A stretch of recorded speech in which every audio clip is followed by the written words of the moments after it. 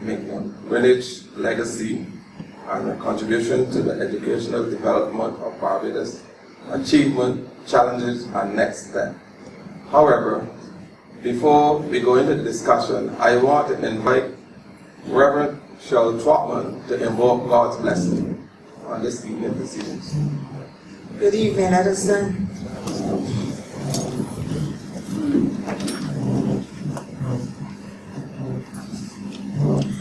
And this evening we want to give you thanks and praise. We want to thank you for your journey of mercies, God, and your protection as you brought us here. We ask that you cover those who are coming to you in Uni High School, God. We could have been in any other place, but we're grateful for where you have planted us, God. Look what the Lord has done. We have accomplished so much. We pray you continue blessings upon the school and its present students and staff, and that you will take them from strength to strength. Even now we are you this week, even until Saturday. And we give you thanks for Christ's sake. Amen. When the unit was formed, the social conditions were such that poor people would not have had the opportunity to attend secondary school unless they would have had bursaries. Nevertheless, Mignon Greenidge, she saw the opportunity, she sees it, and today is history. I now would like to invite Mrs. Sandra Downs, a unique herself, to welcome you to this evening's proceeding. Thank you, Mr. Manasseh King, facilitator and chairman. This evening, as we come here to this lecture in honor of Mignon Greenidge, we are grateful for your presence here. We want to acknowledge the presence of Dr. Errol Sebastian Golden, Principal of the Unit High School, Mistress Monica Crawford, and the staff members, Dr. Dan Carter, retired Senior Education Officer, Ministry of Education, Joseph King, retired Principal, St. Leonard's Secondary, George Callender, retired Principal, SJPP, Samuel Jackman Prescott Polytechnic. We'd also like to acknowledge all past students and members of the alumni, that's the Unique High School alumni, specially invited guests, and all of you who've made it possible to be here this evening. So, ladies and gentlemen, it's with great pleasure that we welcome you to the second memorial lecture, which is being hosted on behalf of a very special person, Mignon Greenidge, and it's entitled Her Contribution to Educational Development in Barbados. Thank you.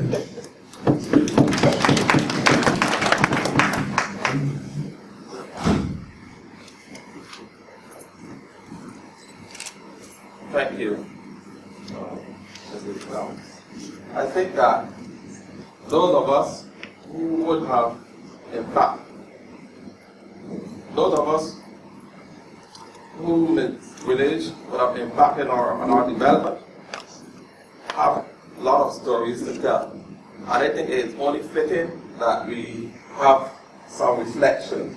At this stage, I would invite a few persons to reflect on the time we had with this village, and I will invite firstly my brother Joseph King to start off the reflections. Good night. I am always roped into situations full of surprises, but you know what? I'm a unique one. And I always am willing and ready to do what I have to do. Protocol having been established, Mignon Greenidge. And we called her Miss Greenidge to her face. Of course, behind her back, we call it mix. And we had to do so very quick. But to tell you about Mignon, it's best that I tell you, I share some of the experiences that I had at the high school, and then you will understand the lady of whom I am speaking. Labo Omia Vinci, Miss Mignon Greenidge. Those are two, one a phrase, the other one a word, a name that kept me growing. And every time that I was faced with this difficult task, I remember those two items that I just mentioned. Mignon was extremely kind, very tricky. I'm sure that many of you who are sitting here can attest to that. But of course I was not a model student. And I always tried to be one jump ahead of Mignon. I remember the time my mother died and she announced that lunch and school fees would be free. At the time, I didn't understand what was going on, but my brother punched me and said, you know what she's saying, this is what you want to hear. I wouldn't tell you what we did after that to ensure that we found some money to make a contribution at least to lunch. But I can tell you, all the exams that I wrote at the uni high school were paid for in some way. I just turned up for the exams actually. Mignon did that. That's the kindness in the lady Mignon Greenidge. She was always dedicated to her students, and she's the only lady who has taught me to love things again for a very, very, very long time. I will tell you what I mean later. Mignon was very tricky, as I said earlier, and I had a trait of stealing pens.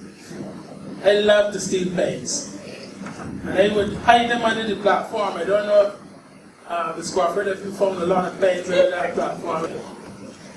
Mignon brought this gold-looking pen to school.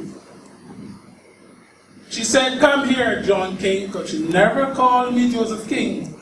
Come, John King, you keep this. You write with this during the term. Now I wanted to steal this pen. Guess what I did? The day before the term ended, I gave her and I stole it back. So it was always a jump ahead of her.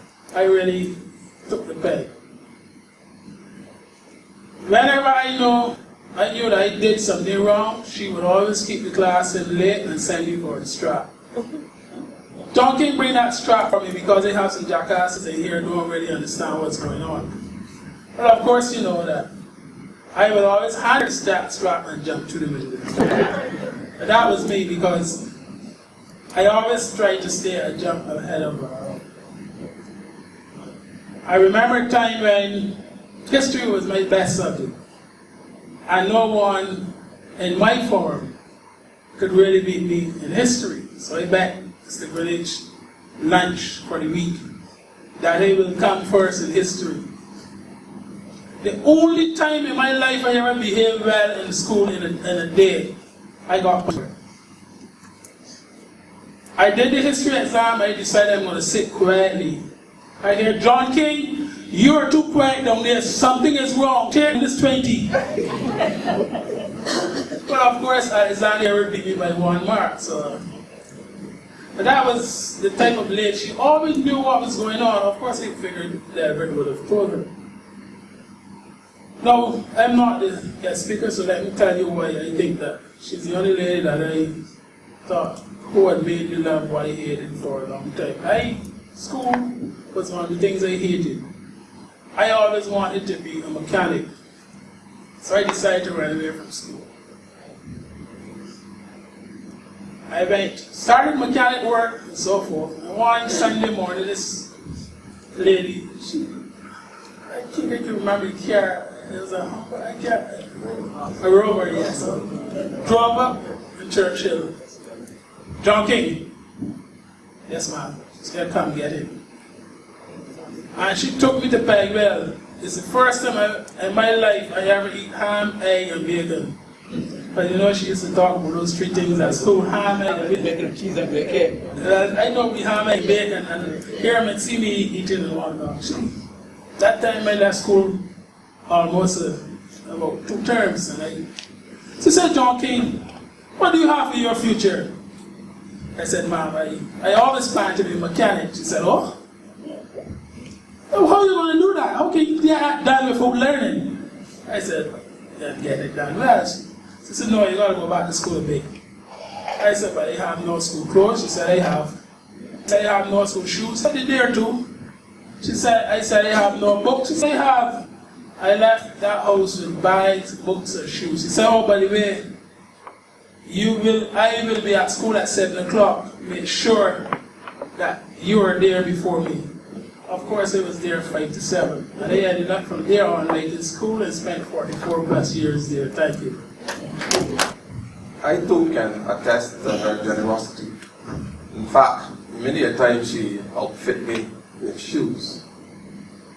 Now, I want to invite two other persons to reflect shortly on the time they happened this year.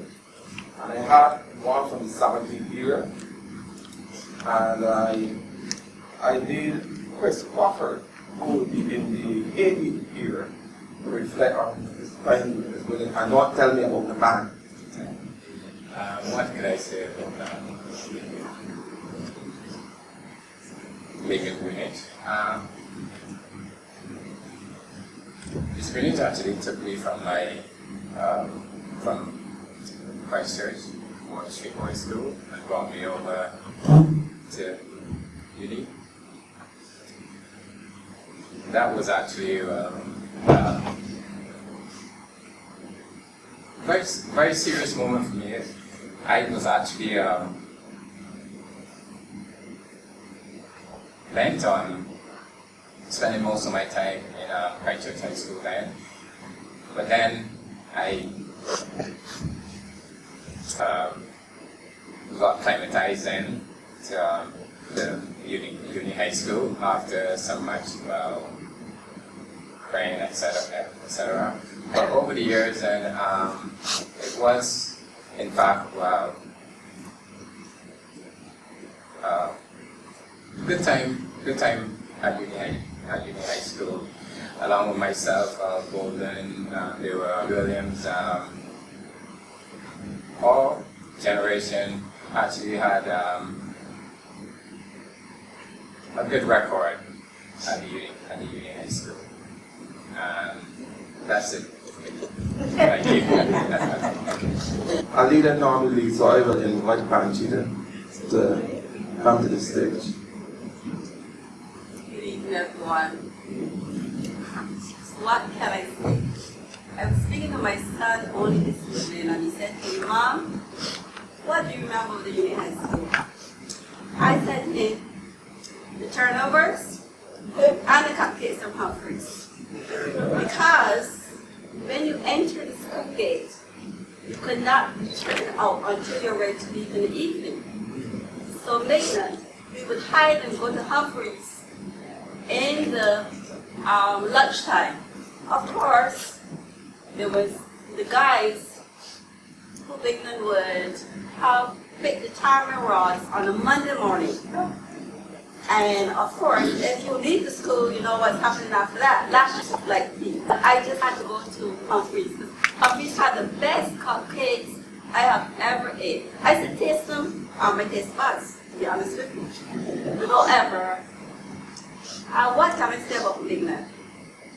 When I was leaving school, there were only 2 pieces of paper you had. One was nursing, one was teaching.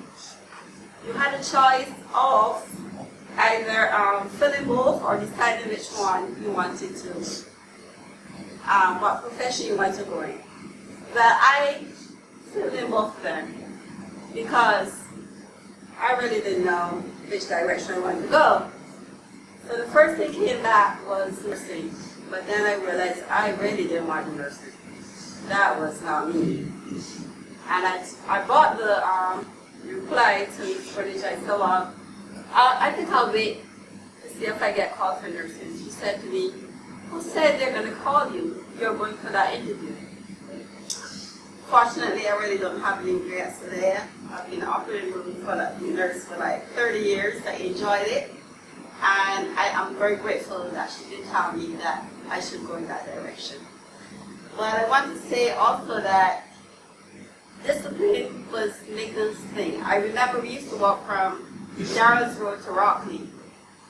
You didn't have to look back. You would hear the word said, someone would say Rover. Our hats was off, because you know girls, we had our hats off on our back buttons. So you had to put your Panama hat on, and the Rover would bypass you. But when you get to Rockley where Sheffet was, it was parked right there. And she would never leave us at that bus stop. She would park there when the bus comes, and all of us from Christchurch on that bus, then she would leave. As the bus comes up full, then she would start packing the car. She'll go up and she'll come back and make sure that we are all off the street. And I am very grateful. I was one of those that passed the foundation, but did not go to foundation. I was quite happy and grateful that I spent my years in. Thank you very much. Those who have not gone to Unique High School must recognize that Unique High School was a feeder for Harrison College, Queen's College, St. Michael, and a number of top schools. Yes, Miss Greenidge was a disciplinarian. She flogged me so many times. Miss Crawford used to encourage her to flog me, and flog me, and flog me. Almost every day she used to put me on the bench, and at the end of the day she would say, "Benchers, come." I always used to be proud going up to get my lashes, and the next day I'm still doing the same thing. Frankie Blackman and I could recall Marcel Trotman. She taught at our school. She passed for us, St. Michael or one of the top schools. And she put me in the detention. And she told me, "Manasseh, I have to leave early. I want you to hurry up and write those lines." She never got those lines because I wrote one today, one tomorrow to ensure that she can get them. Then she said, "Look, leave the detention." That shows you how stubborn I am. So it's when it's hard to deal with this personality. But I'm grateful that she guided me. She flogged me. I mean, oftentimes I think she was wrong. But you dare not challenge her until I reached third form. That when I challenged her, I said, "I don't think you should hit me again." And she never did. Now, I want to introduce you to Dr. Errol Sebastian, pastor of the Unique High School. And we are proud of Dr. Bolden. Dr. Errol Bolden is an associate professor and immediate past chair of the Department of Social Work at Coppin State University, Baltimore, Maryland. He serves as a part-time senior lecturer at the Cave Hill campus of the University of West Indies and as a visiting professor at the Addis Ababa University in Ethiopia, where he primarily works with doctoral students on their dissertation research. Dr. Bolden has over 15 years' experience as a macro practitioner. His research agenda focuses on community and organizational capacity building, university-community partnership, faith-based community development, the globalization of higher education, as well as on disengaged fathers, among other things. His teaching portfolio includes such courses as International Issues in Social Work, Macro Social Work Practice, Community Development, Capacity Building, and Plan Change and Program Planning and Evaluation. He currently serves as an educational mentor to bachelor, master's, and doctoral students in the USA, several African countries, and the Caribbean. Additionally, he serves on a number of local, national, and international boards and has lectured or conducted workshops throughout the United States, the Caribbean, South Korea, and various African countries. Dr. Bolin serves as the 2014-2015 Social Worker Educator of the Year for the state of Maryland. He is a proud product of the Unique High School from which he graduated in 1979. He worked as a clerk in the shoe department of the Costa before migrating to the United States in 1984 to pursue his tertiary level education. He graduated from Northwest Nazarene University with his associate and bachelor's degree, a master's of social work from Howard University, a master's in public health, and a PhD with an emphasis in social policy and analysis and public health from the University of Pittsburgh in 1996. He is a motivational speaker and the president and owner of the Universal Inspiration LLC. Dr. Bolin currently resides in Baltimore, Maryland, but visits Barbados regularly and sees giving back to those who have laid the foundation for him and those who are perceived as less fortunate, whether in the United States, the Caribbean, or Africa, to be an essential part of his growth and development. I now invite Dr. Errol Sebastian.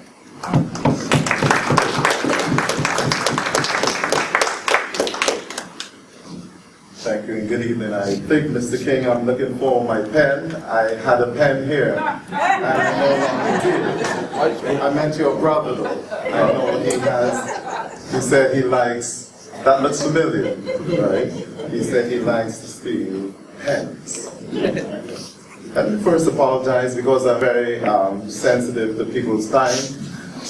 Everything that could go wrong today went wrong, from the computers, the transportation, all of those things.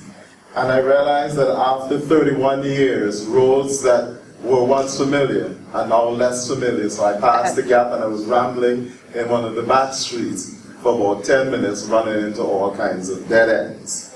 So I do want to apologize for my tardiness to begin with. Let me first begin by thanking those of you who are responsible for extending the invitation to me to deliver the second Mignon Greenidge's Memorial Lecture. Although I've lectured or done keynotes for each of the tertiary institutions from which I graduated, this one has special significance. It is significance because the Unique High School provided the foundation upon which I now stand. In addition, and I say this with all sincerity, it is good to see my classmates. I look back there and I see Troublesome Cheryl, as most of you would know I call the Reverend. I know she's now pastoral and everything, and I do respect that, but I still know her as Troublesome Cheryl, Harriet, Chris, and her mentor. And a few of the other faces that I haven't seen for quite a while. And I am very much of a people person. If a roach says hello, I will carry on a conversation with the roach. So don't mind all the titles that I have. I am still Errol to the core, and I will always be Errol. Right? She stood like a mighty oak tree, towering over miniature shrubs or budding offshoots. Her presence, powerful, like the thrust from the mighty Concord. Her tenacity, fearless, like the lion protecting her pride. Her vision, razor sharp. Her nurturing, as simple as a mother hen protecting her brood. Her competence, unchallenged by the brightest and the best, tough as nails, but gentle as a lamb. Barbados' 1977 Woman of the Year, our woman of 6 decades, Mignon, and someone already said it, the Migs Greenidge. I can picture that V8 Rover turning up the driveway and every man jack straightening up as a force to be reckoned, was entering our space that commanded our attention like none other could. As she entered the building, she stepped into a chorus of reverence. Good morning, Miss Greenidge. I will never forget the last time I stood before Miss Greenidge. The year was 1996, and I had just completed my doctorate, and I decided that I would stop by the Unique to tell Miss Greenidge thank you for the foundation she provided me with. As I entered the school, assembly was about to start, and here I was standing beside the woman who for decades was seen as a tower of strength, a bastion of the strictest of discipline, an imposing figure first to me as a child, with memories still fresh as an adult. As the pledge and motto and all that came with assembly started, I was conscious that almost 2 decades had passed since I recited what I was now subtly pressured to recall. I didn't miss a word. And as Miss Greenidge decided to acknowledge my presence before the school, she stated how impressed she was that I could remember all of the words after so much time had passed. I do not think that Miss Greenidge fully realized that it was not the sharpness of my memory. Rather, it was my reverence of her and that clear voice that I heard in my ear. Listen, man, that is Miss Greenidge, so you better not mess up. Ladies and gentlemen, this personal reflection meant to capture the essence of this powerful woman whose legacy we now come to reflect upon. More specifically, we will talk about her contribution to the educational development of Barbados. The question is posed in the scriptures: can anything good come out of Nazareth? This statement was posed to question whether a seemingly insignificant city could produce someone of such great significance. And some would look down their noses over what was perceived as fact. Similarly, some would dare to challenge the significance of the Unique High School and would venture to ask, can anything good come out of the Unique High School? And my response would be, come over to the National Union of Public Workers in Dalkey, and you will see a room full of folks. Evidence that much good has still come out of the Unique High School. As students, we were challenged to make a difference in whatever sphere we entered. So we stand here as uniquers, bonded by the vision and the motto we sought to wholly embrace. A motto that so many of our leaders who find themselves in the hallmark of incompetence, greed, and devoid of moral turpitude would do well to embrace. This is a public lecture. And it would not be wise to assume that all of us within the sound of my voice are uniquers, or that those who are uniquers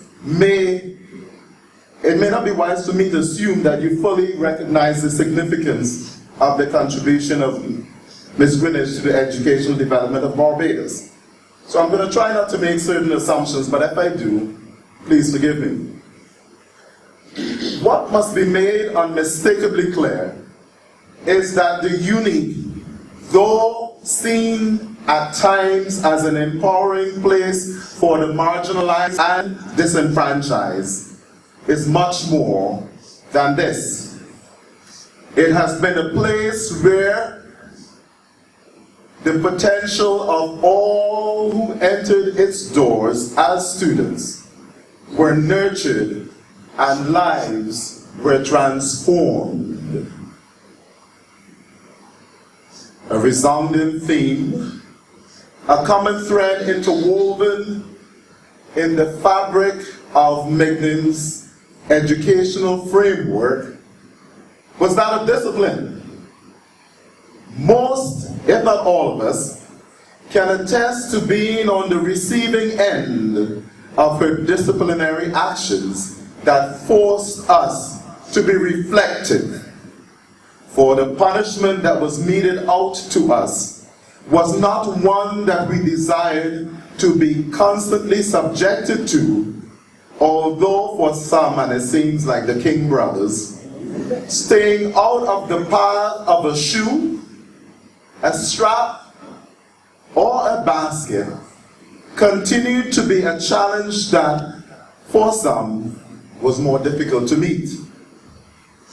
But there was no doubt that the various forms of disciplines were present, but there were clear benefits that were undoubtedly achieved as a result of it.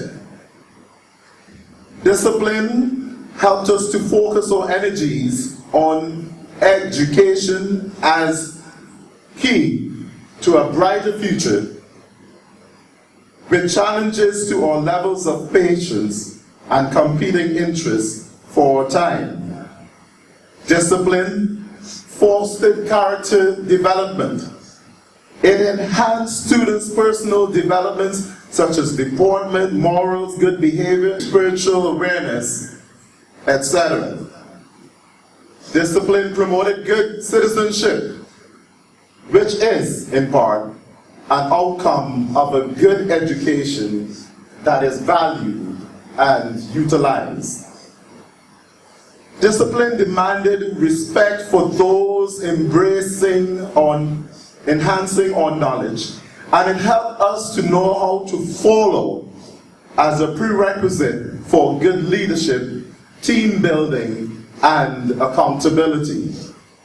Discipline was sometimes given to remind us where we were at that time with regards to our intellectual acumen did not have to determine where we would eventually end up.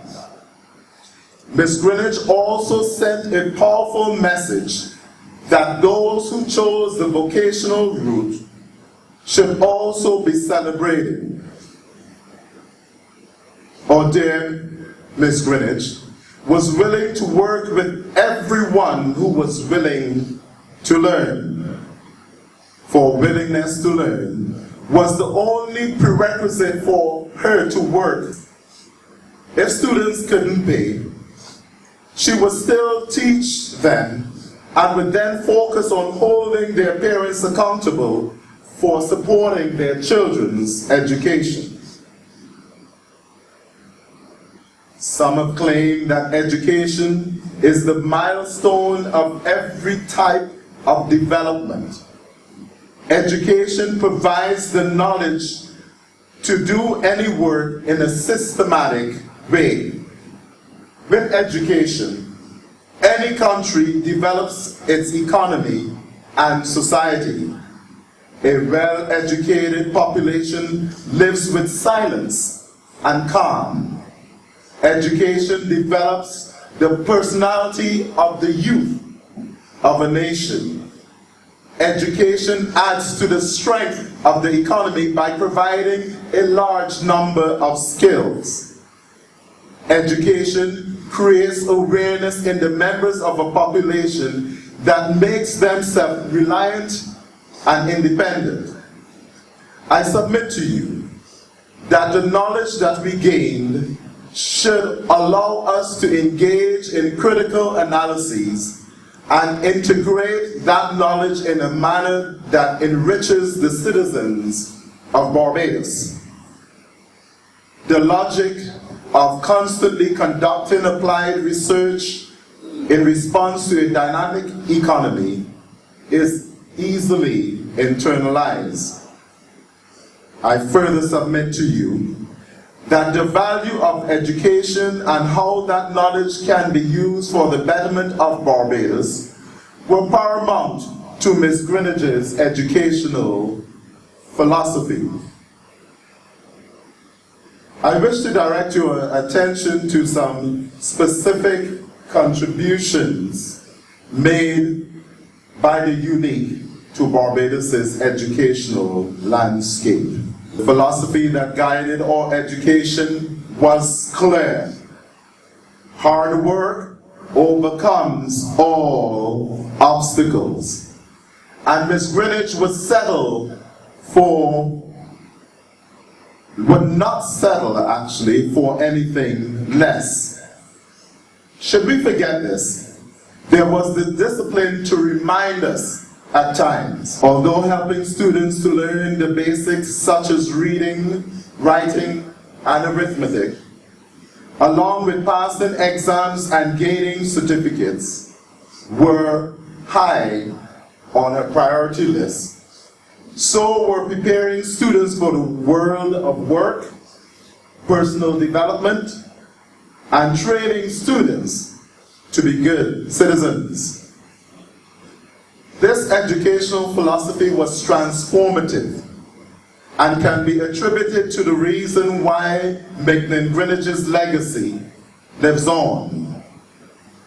She, sometimes against great odds, took a chance on a student even without the security of school fees in hand, or when their scholastic aptitude was in question. Your willingness to learn was equated with the opportunity for her to teach you. It must, however, be stated that she celebrated intelligence and would push you to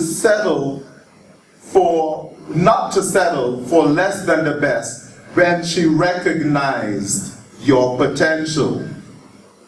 This resulted in a slew of professionals who have made significant contributions to the educational as well as vocational and technical development of the Barbadian economy and beyond. This is something that we should be very proud of, for the footprints and fingerprints of uniquers can be seen in the development of policies in various sectors and components of programs in various fields. Some may grudgingly have to admit that Ms. Greenidge may have found the recipe for excellence in education. For I dare to say, and not out of conceit or arrogance, that we in this room represent her symbols of excellence. Now, I tried as much as possible to include many of the different types of jobs uniquers have been engaged in, but I know every time you start making a list, you know what happens. Someone gets left out. So if you are left out, all you have to do is at the end of it, come and see me and I would add you to the slide, right? But don't hold that against me. And if you don't see it up here, you can just shout it out. So many times we hear, I've heard of principals who graduated from the unique, and when I hear that, I would get excited and I would ask them about how Ms. Greenidge's style influenced them. Discipline was always one of the things that surfaced to the top. But even as they talked about the discipline, they talked about how it contributed to character development. And then the whole thing about being a good citizen came out in a way that was unmistakably clear. I don't see one person that I know personally, but we called him Smalley. When Smalley or Michael Cadogan was at school, you know how he got his name. He was not a big person. And so I think most of us agree that Smalley would have been the last person we would have expected to see on a horse, riding through Bridgetown, telling people what to do and what not to do. However, because of the development that he received at the uni, Michael Cadogan, against all odds, meant that his statue was not going to determine what he would eventually do and how he would keep law and order in this nation we all love. I understand that there were some bankers, if there are any of you amongst the group. I can do it alone, so it would be good if you can identify yourself so I can have a conversation with you. I know of some in my class and some before and after who were managers. They did not start off as managers. They entered, like most folks, at the bottom. But it did not take long for folks who were not even good at accounting to gain that skill, because they realized once they were out of the classroom how strong the education that they received at the uni was, and operated with confidence that allowed others in the workplace to recognize what they brought to the table. Some of us know of, I think we always call him Buffy, but I think his right name is Eucline Williams. His parents had a little shop in Silver Sands. The clergy clearly is well represented, and I heard about those who entered the medical profession as nurses, and those we celebrate. And I know Ms. Greenidge also get a kick that she was able, out of the fact that she was able to produce so many teachers. And then if we have all of these professionals and no one able to work on our cars, we would be in a sad situation. So I know we're talking about the educational development, and people tend to only focus on those who went the academic route. But my dad was a building contractor, and without his excellence and his contribution as a building contractor, myself and my other brothers would not all have at least 2 degrees. So I have a special appreciation for those who did not go the academic route, and I think too often we leave them out. And I wanted to make sure that we acknowledge some, like the contractors and the mechanics.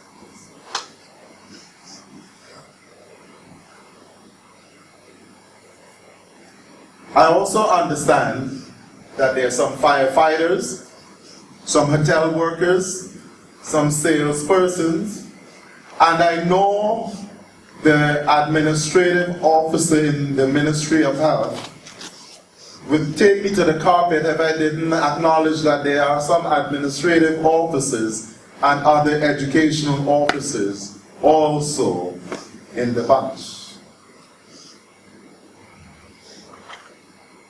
Mignon Greenidge's legacy can be seen in her achievements.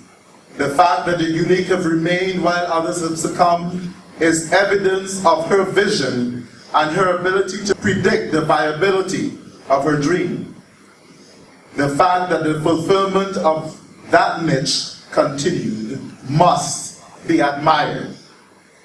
But even as we have reflected on the past and have celebrated the achievements of the present also brings us reasons to celebrate. I am happy to report, as I think most of you would know, that a new wave of success is noted in the school's chefs, who are breaking, as I understand, regional records and will undoubtedly create their mark on the preparation of the education of culinary artists and food regulation in Barbados. We look at Miss Crawford and Miss Knight as bridges to the past, and we celebrate them for their longevity and commitment to the school we hold so dear. As we reflect on our memories as students, they stand as barometers to the accuracy of our recall. Each of them stands as a compendium of our history, our struggle and triumph, our joy and our pain. The sea of transformation with regards to education. The face of legacy, Ms. Greenidge's legacy, has changed. The students are now from a cultural mix that differed from the past, and the austere times have demanded various shifts to survive. The age range of the students and the number of bursars have changed. The school uniforms have changed. The attitude towards learning, the value of education, the desire to excel, and the patience and discipline essential for success are being internalized differently. And in response to these changes, the curriculum has also changed. With these changes have come some challenges, inclusive of, but not limited to, a reduction in student enrollment in the face of competition for students, a strained economy, and in some cases less financially prepared parents of students. With less bursaries and fewer income generators, the budget is shrinking. Fueled by a seemingly global shift in the value of education, teachers are challenged to find additional ways that are sometimes labor-intensive and costly in order to motivate students to strive towards excellence. We enter the physical plant and we are confronted with the reality that although much has changed, much remains the same. Although this journey into nostalgia brings an emotional surge of sorts, it reminds us of the school's need for our tangible support. For if the unique is to remain relevant and essential, we must be willing to be a part of the solution and the endurance of its legacy. So where do we go from here? The following is just this alumnus thoughts. Food for thoughts. Food for thoughts. Thought. Strategic planning is a disciplined, creative process for determining how to take an organization from where it is today to where it wishes to be in the future. In so doing, I suggest that a SWOT analysis be conducted where open and honest discussions about the unique strengths, weaknesses, opportunities, and threats occur. 2. Targeted efforts at building the school's fiscal and non-fiscal resources be embarked upon sooner rather than later. I would also like to suggest that if not yet started, the development of a database of committed and supportive alumni which would include their knowledge, skills with regard to their specialties. 4, and we tend not to do this as much as we should, fully capture the history of the unique and be prepared to tell our story. I was troubled this morning when a couple of us appeared in Good Morning Barbados. And when the person interviewing us said, wait, is the unique still around? And although we said yes, at least I got the impression that she didn't readily believe us. And that troubled me because I said she must not have done her research. If we're here to talk about the 66th celebration, it has to mean that the unique is still in existence. But I did not like it that that question was asked. But nevertheless, we have to do our part in capturing the history of the unique and be prepared to tell our story. Then, this should lead to a discussion about our possible rebranding and marketing. For there is no value in being the best kept secret. That is not helpful to us. And the fifth point, I want to leave me, I hope it doesn't step on any toes, but I'm heading back to the United States in a few days, so I'm going to say. Finally, but it is absolutely essential that we focus on the demonstration of respect for the various knowledge and skills each person brings, whether they are at the master's level, the undergraduate level, or just the high school level, whether they're a blue-collar worker, a white-collar worker, whether they have the string of letters, whether they have the title, whether they're a religious group, no matter what someone brings to the table, we need to respect the diversity amongst us and be patient as we realize that folks may be at different stages of readiness as we seek to advance the needed paradigm shift, and that the view and that their view may differ, and that's okay. It seems fitting that as I close, to direct our attention to our school's motto. And I can't remember Latin, so I may pronounce it incorrectly, but Ms. Crawford, excuse me. I think it is Labor Omnia Vincit, which, as we all know, when translated, simply means hard work overcomes all obstacles. I thank you. Dr. Golden, I guess my work colleague, Samoa King, who had been preparing the program would understand why I'm a sticker for certain standards. Sometimes she accused me of being too strict when I want her to be on deadlines. Now, I want to say nobody this evening mentioned that word flu spree. I mentioned it this morning on Morning Barbados, and I would mention it again because it seems like when you go under that breadfruit tree, knowledge comes from that tree. I could recall when I was in fourth form, Mignon banished me from the form for refusing to write some French on the board, because I challenged her and I said, you know that I cannot write well, and I am not writing any French corrections on the board.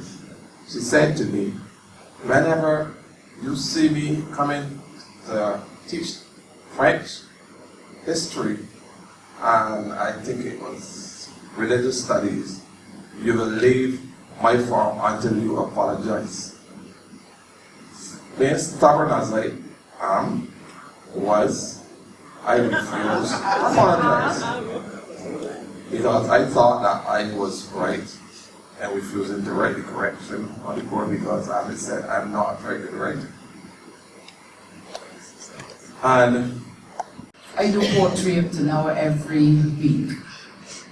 I guess you would know that I'm a teacher now.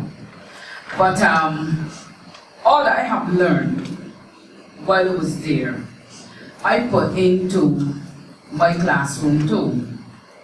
It's funny when you are on a staff and persons ask, now you have been teaching, you are doing just as well as, or might be better than, and then when persons learn that you went to a little school up Dell's Road, some persons did not even, well, some said they didn't even know of it.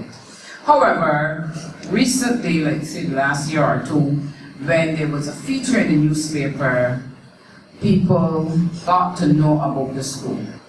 I would like to say, I think that there is a place for private education. There is a place. And I share your vision. We might have to do some kind of rebranding, something. We need to do something to get the school out there.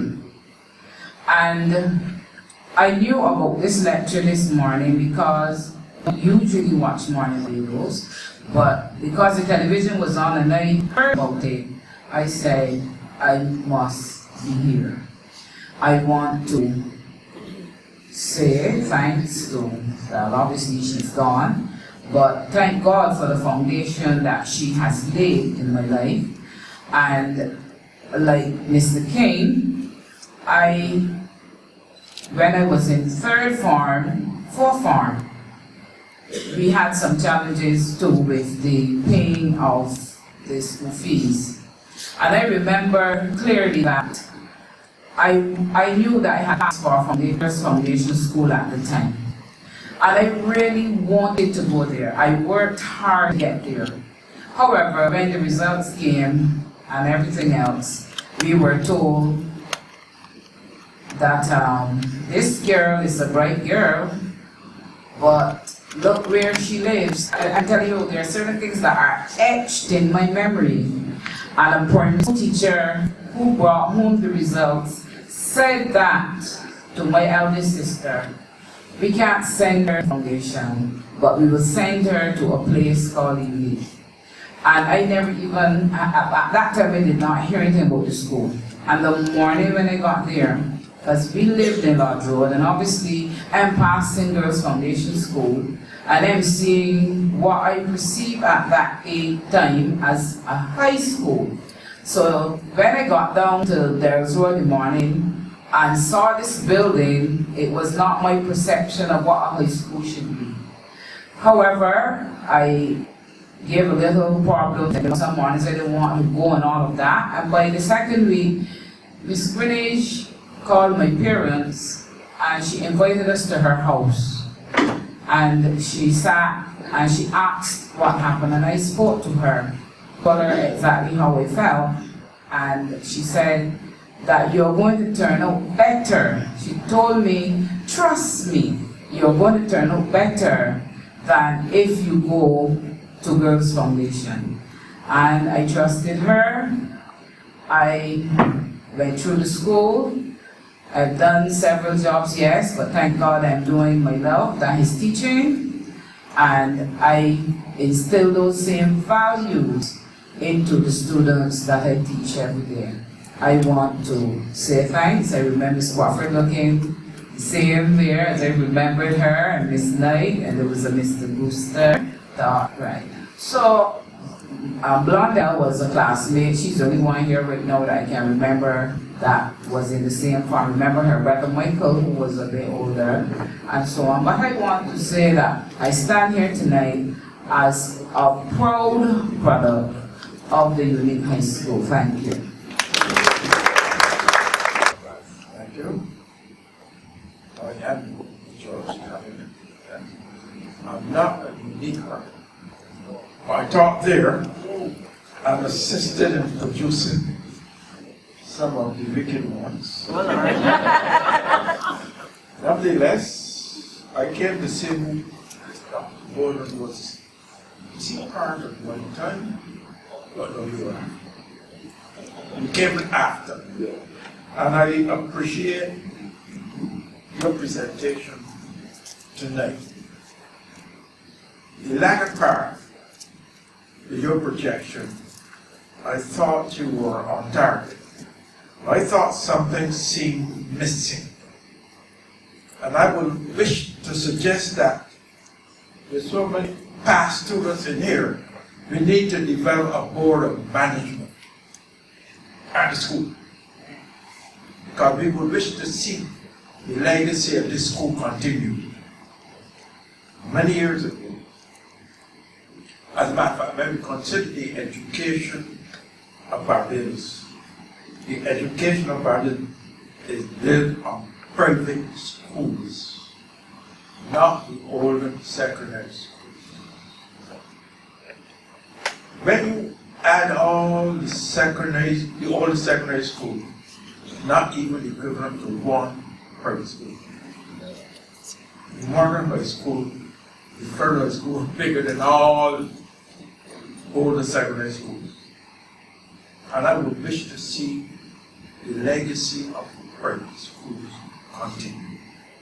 And we owe it to ourselves to put structures in place to ensure that that legacy is continued.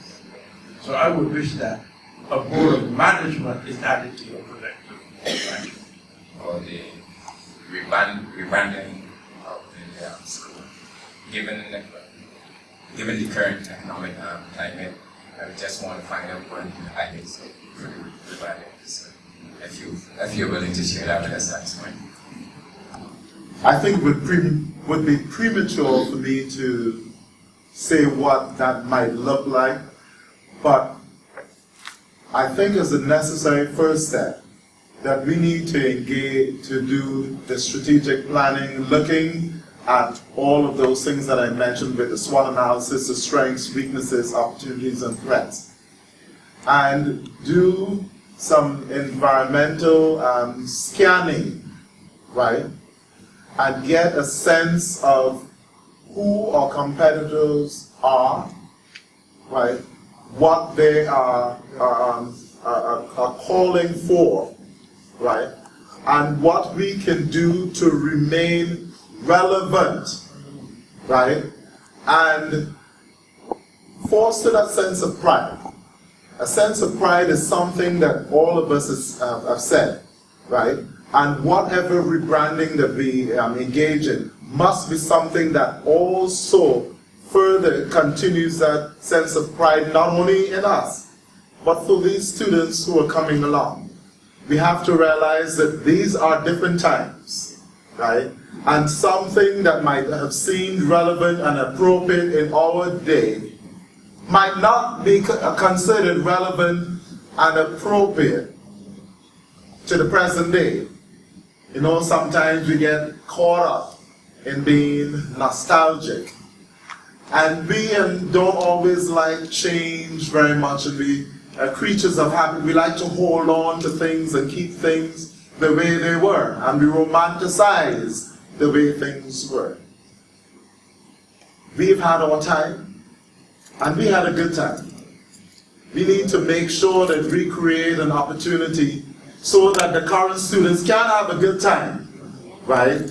While still respecting the legacy of Mignon Greenidge, right? So it's not something that I think you can easily come at, but you do some wrestling, right? And I don't think any of the things that we are suggesting, or that I suggested and others have suggested, should be rushed through. We need to take our time. We need to understand that there may be some people who might get mad because their opinion wasn't taken, or some of us might say things in a way that probably shouldn't be said, and we need to ask for forgiveness, right?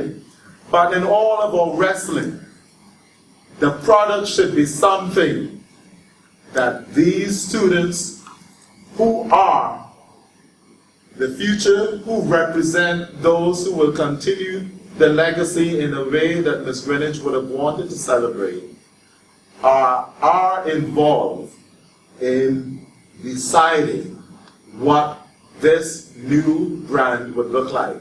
Not, as they say, us old heads. All of us need, different people need to be involved, but we need those current students also at the table. So I gave you a long response to say, I cannot answer that, but I can encourage a process that should result in a richer brand than I can suggest to you. Any other questions, statements?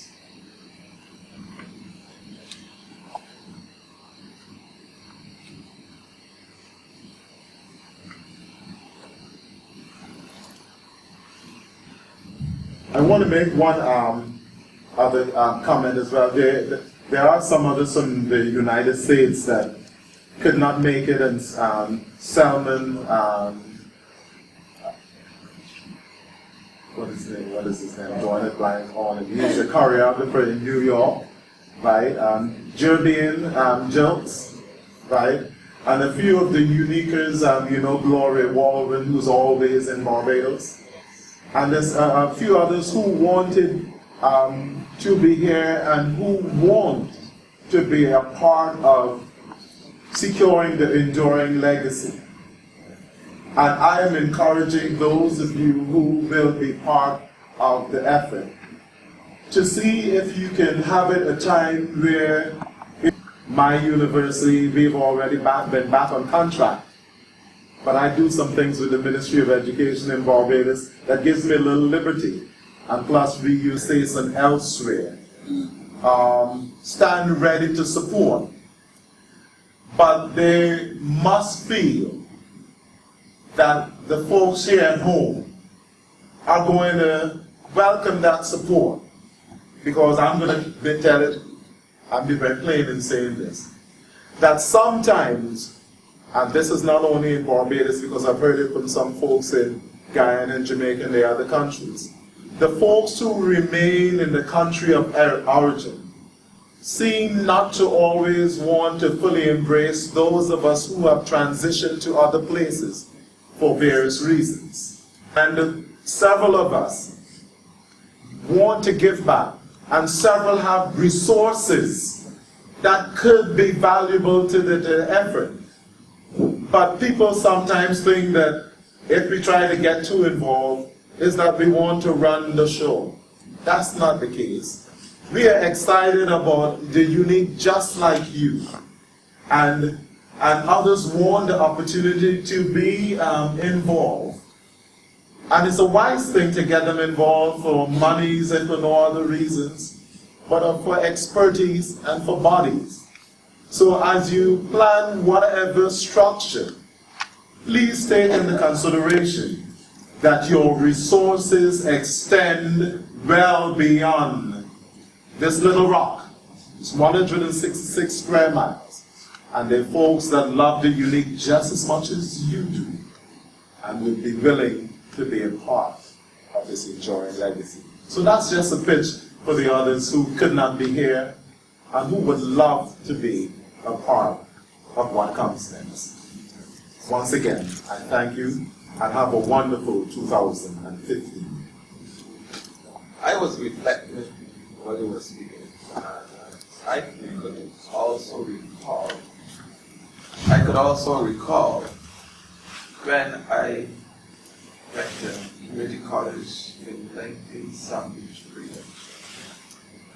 I was the top student in history. And there was a young lady who had gone to this college. She came over to me and she said to me, "Did you go to Harrison College?" My response was, "No, I am a unique by being at age." Now, there are no further questions to be asked. I now invite Sarah Burke to give the vote of thanks. I just have to say thank you. Thank you. I would like to thank a number of people. I would like to thank Reverend Cheryl for her inspiring words. I'd like to thank Manasseh as the facilitator for this evening's proceeding and taking us through the program. I would also like to thank the persons who participated in the reflection day, Joseph, Chris, and Peter, and the caterer. We have told that we have some goodies at back, like refreshments. I don't know how, like if they make the feathers or what, but you have something to eat back there. I would like to thank also the NPW for allowing us to use these facilities, and I would like especially Samolia King. She prepared this lovely program, so special thank you. And she's not even unique. I would like though to thank Dr. Bolden, just because he has to show that some good has come out of the Unique High School. From Dr. Bolden's presentation, we can see that it was an intriguing, thought-provoking presentation. It has been thoroughly enjoyable, and it has given us food for thought, especially with his next program, where we hope that we can do some other things to make the school a bigger, brighter, better place. And I'd also like to remind Manasseh that not only knowledge came out of that breadfruit tree, but breadfruits came out of that tree. Because I remember being in the class and the breadfruit dropped down and hit John Turton in his head, and the class broke up. So you see that, Unique was a good place to be, even when you were in school or weren't in school, when you were getting lashes or not getting lashes, it was a good place to be. I mean, I've had my days of being on the bench, and then people know about me in detention, but we won't talk about that then, no. But we've been having some good times, and the majority of us here have had some good come out of us through our witness and reached the top of our careers in our different spheres. We have our camera person and a product of our unit is going to be. Thank her for showing us. I don't know if the cameras can work after pushing that. That's another issue. On behalf of Dr. Bolden of the school, I would like to make this certificate of appreciation, which is a small token of our appreciation to you